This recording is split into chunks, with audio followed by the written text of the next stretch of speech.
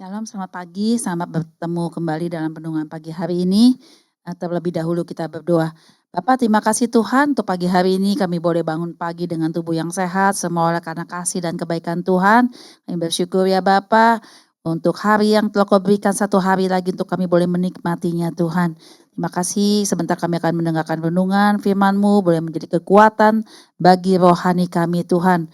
Terima kasih Bapak. Terpujilah namamu dalam nama Tuhan Yesus. Kami berdoa dan mengucap syukur. Haleluya. Amin. Shalom, selamat pagi. Selamat bertemu kembali dalam renungan pagi hari ini. Saya akan membawakan tema tentang tatah pengadilan Kristus. Ya, tatah pengadilan Kristus. Kita lihat di dalam 2 Korintus 5 ayat 10. 2 Korintus 5 ayat 10. Saya bacakan ayatnya. Sebab kita semua harus menghadap tatah pengadilan Kristus, supaya setiap orang memperoleh apa yang patut diterimanya sesuai dengan yang dilakukannya di dalam hidupnya ini, baik ataupun jahat. Demikian firman Tuhan. Ya saudara ya, setiap orang di muka bumi ini ya, saudara ya, siapapun itu juga tidak akan pernah luput dari namanya pengadilan Kristus. Tatah pengadilan Kristus itu setiap orang ya. Di sini ada dua ya, tata pengadilan Kristus dan juga hari penghakiman, yaitu tata putih itu untuk orang-orang yang tidak percaya kepada Tuhan. Tetapi dibilang tata pengadilan Kristus adalah orang-orang yang percaya kepada Tuhan, orang-orang yang setia sama Tuhan. Jadi Tuhan itu dibilang maha adil, maha besar, maha kuasa, maha dahsyat, maha semuanya, maha adil ya. Dibilang inilah nanti akan teruji namanya keadilan Tuhan Yesus buat setiap umat yang percaya.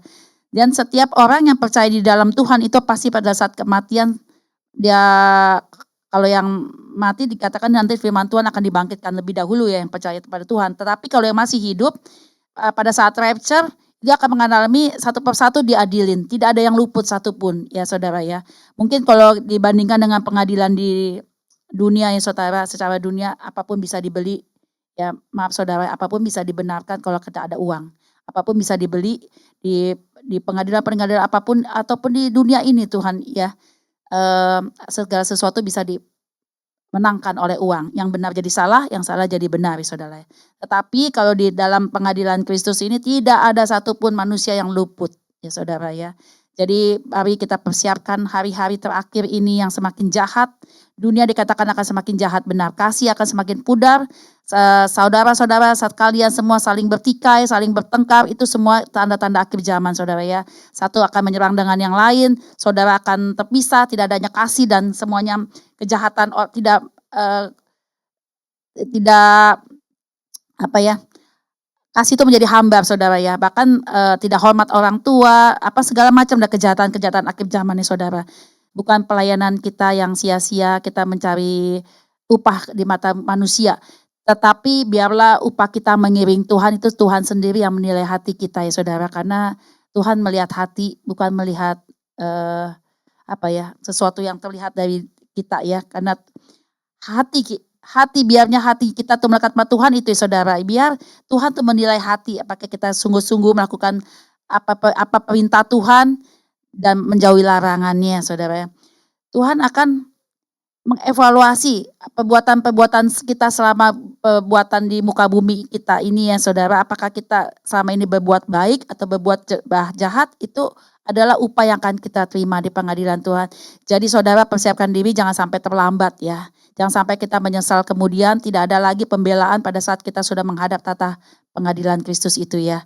Saudara kalau lihat firman Tuhan kita pelajarin ya sangat ngeri saudara. Tidak ada yang bisa, oh Tuhan saya nggak begini saudara.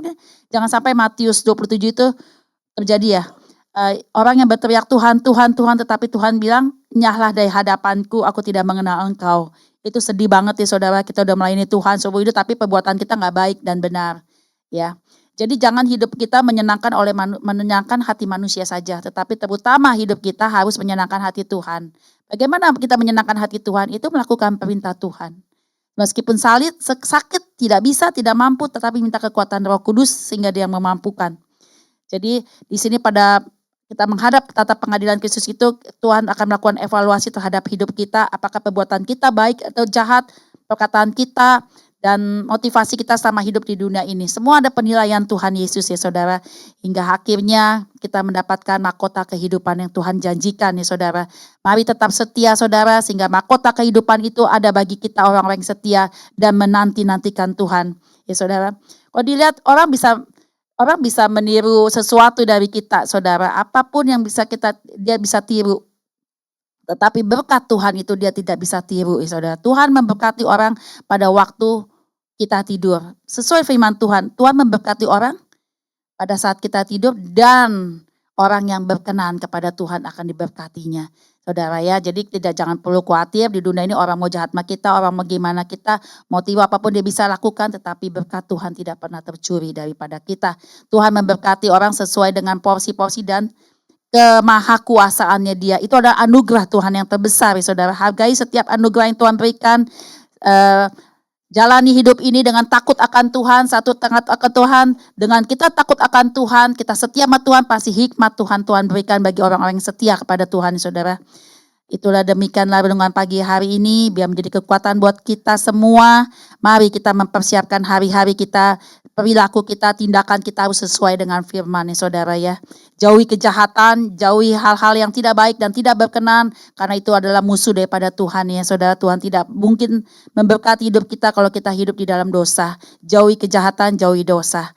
Demikian renungan pagi hari ini, biarlah apapun yang kita lakukan hendaknya perkenanan Tuhan ada di dalam hidup kita saudara. Sehingga apapun yang kita minta di dalam Tuhan, doa-doa kita tidak akan pernah terhambat dan terhalang karena satu dosa itu.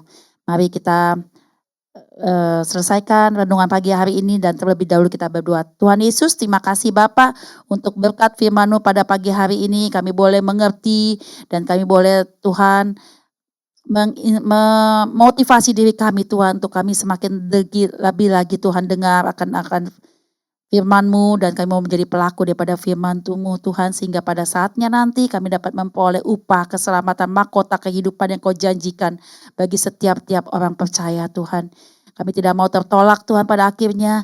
Tuhan koreksi hati kami masing-masing Bapa, sehingga hidup kami ada di dalam perkenanan-Mu Tuhan.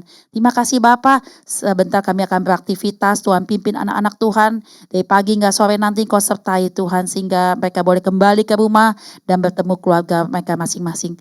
Hanya di dalam nama Tuhan Yesus kami berdoa dan mengucap syukur. Haleluya. Amin. Shalom, selamat pagi, Tuhan Yesus memberkati.